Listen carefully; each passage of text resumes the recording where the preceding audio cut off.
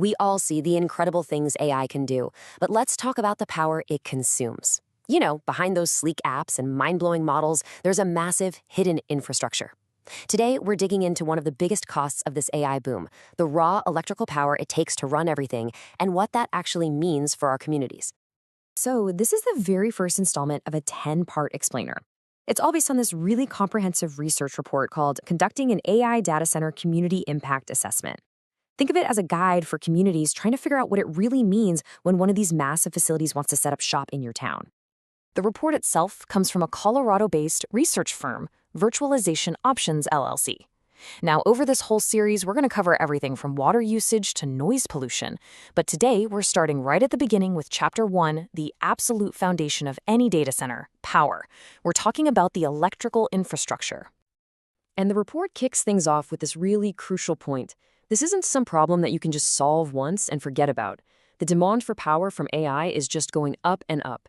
Whatever is needed today, that's just the starting line. So how much energy are we really talking about here? Well, the report paints a picture of just this insatiable demand. It's a whole new kind of thirst for power. It's unlike anything grids have had to deal with before. The scale is honestly a little hard to wrap your head around. The report says a single AI data center can demand tens or even hundreds of megawatts. And here's the kicker. Unlike a factory that might shut down at night, these places run at full blast, 24/7. It creates this massive, constant drain on the power grid. Okay, this is what I think is so interesting because it shows just how disruptive this is. See, power companies, they're used to planning for slow, predictable growth over many years. But an AI data center, it's the complete opposite. It's a sudden, gigantic, and totally inflexible demand for power that can show up on the grid practically overnight. So that leads to a pretty critical point, right? What happens when you take this brand new, unprecedented demand and plug it into an electrical grid that was designed and built for a totally different time? Well, as the report shows, it puts an immense amount of pressure on a system that's often already stretched pretty thin. And, the system starts to buckle. The report finds that the existing infrastructure it often can't handle it. Local substations get pushed way past their limits, the big transmission lines that carry power across the state get overwhelmed, and even the local power lines in your neighborhood get stressed to the breaking point. And fixing this? It's not a small job. We are talking about multi-million-dollar investments to upgrade the grid. And this isn't something that happens in a few months, okay? The timelines here are measured in years. That can create a huge amount of uncertainty for a community, from possible rate hikes to just years of construction. Which, of course, leads to the big question the report brings up. Who actually foots the bill? Does the private data center company pay to upgrade the infrastructure that their business depends on? Or do those costs get passed on to everyone else, to every other home and business through higher electricity bills? Now, you've probably heard this before. Data centers claiming they run on 100% clean or renewable energy. But the report really urges communities to look much, much closer at those claims.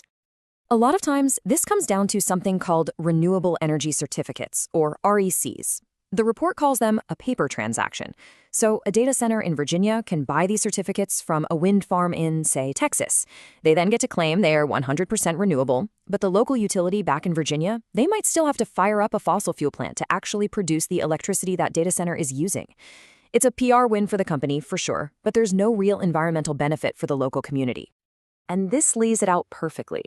There are these paper transactions that look great but don't really help the local environment, and then there are genuine emissions reductions.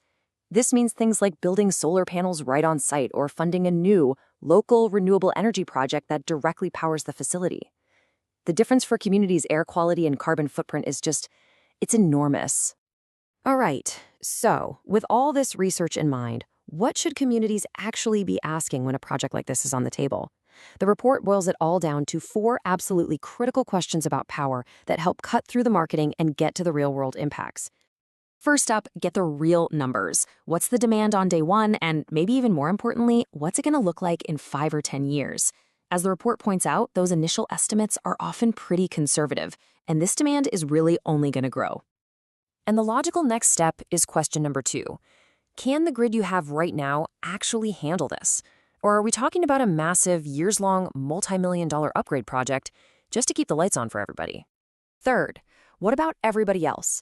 On a hot summer afternoon, when this data center is pulling its maximum power, what does that mean for the homes and small businesses that are sharing that exact same grid? Is it going to affect their power, their reliability, or their bills? And finally, question 4. What's the backup plan? Data centers have to have 100% uptime, which means they have gigantic backup power systems. Are they running on diesel? If they are, what does that mean for local air quality when they're tested, or when they're actually used during an outage? That's a huge point we'll dig into later in this series.